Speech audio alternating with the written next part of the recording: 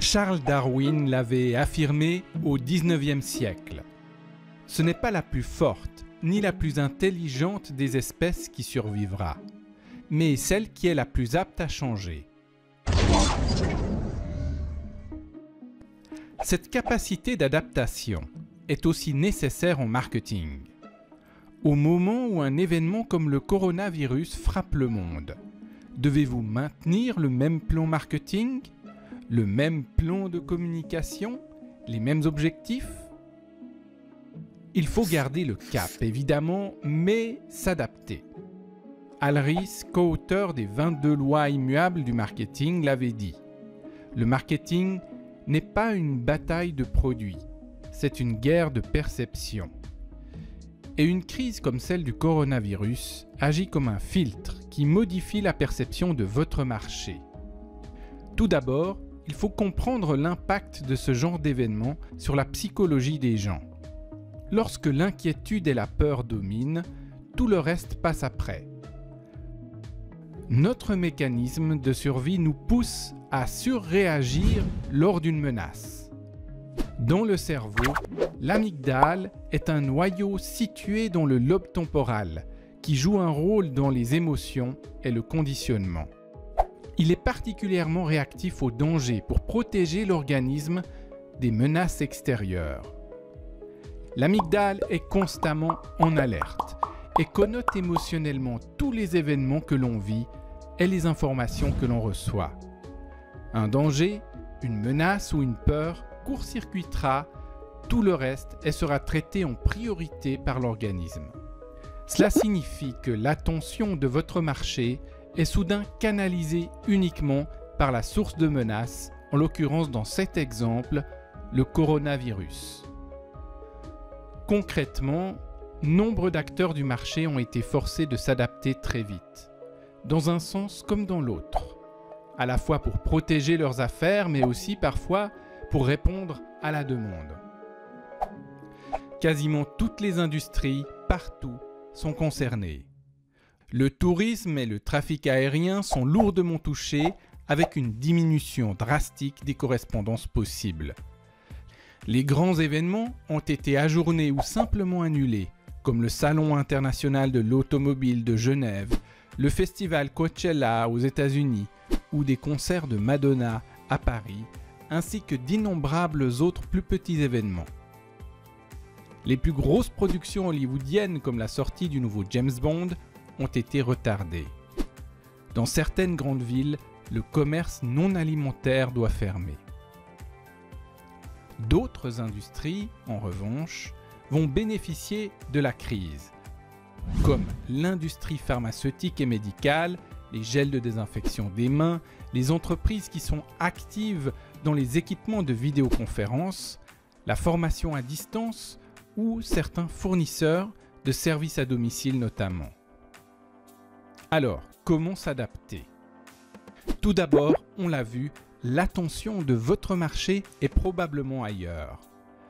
Vous avez donc deux possibilités.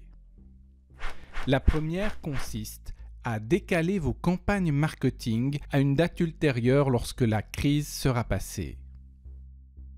La seconde possibilité, c'est de modifier le contenu de vos campagnes pour les calibrer sur la préoccupation dominante du moment. C'est opportuniste et en cas d'urgence sanitaire, vous ne pouvez le faire que si vous répondez légitimement à un besoin. Si vous êtes dans le domaine de la livraison d'aliments à domicile, vous pouvez aisément proposer vos services spécifiquement aux gens forcés de rester chez eux, par exemple.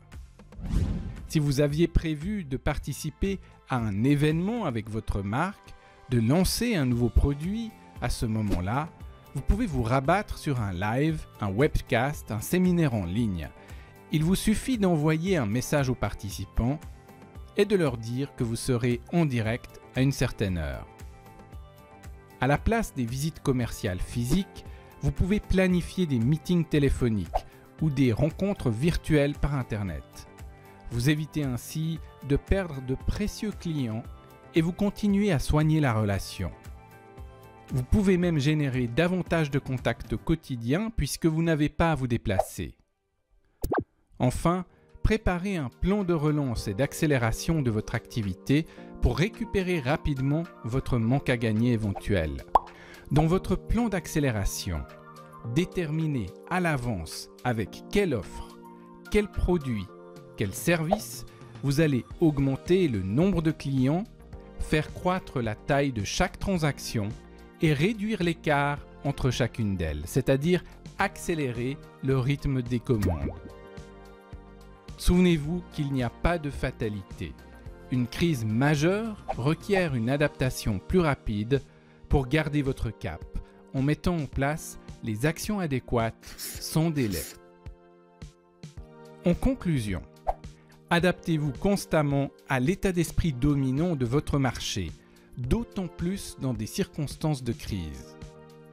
Décalez vos campagnes marketing à une date ultérieure ou modifiez-les, si vous le pouvez, pour qu'elles reflètent la préoccupation populaire dominante du moment. Si vous aviez prévu un lancement de produit lors d'un événement, transformez-le en séminaire en ligne, en webcast. Et dressez dès maintenant un plan de relancement, votre plan d'accélération pour récupérer les éventuelles pertes que vous pourriez subir en raison de la crise. Ce plan contient les actions à mener pour générer plus de clients, augmenter la taille de chaque transaction commerciale et accélérer le rythme des commandes.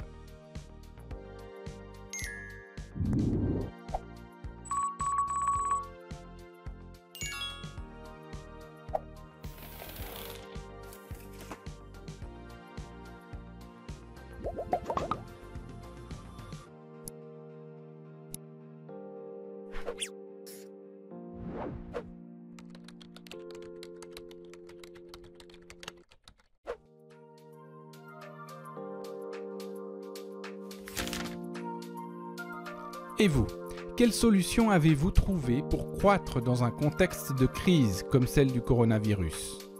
Partagez vos astuces dans les commentaires de cette vidéo et à bientôt.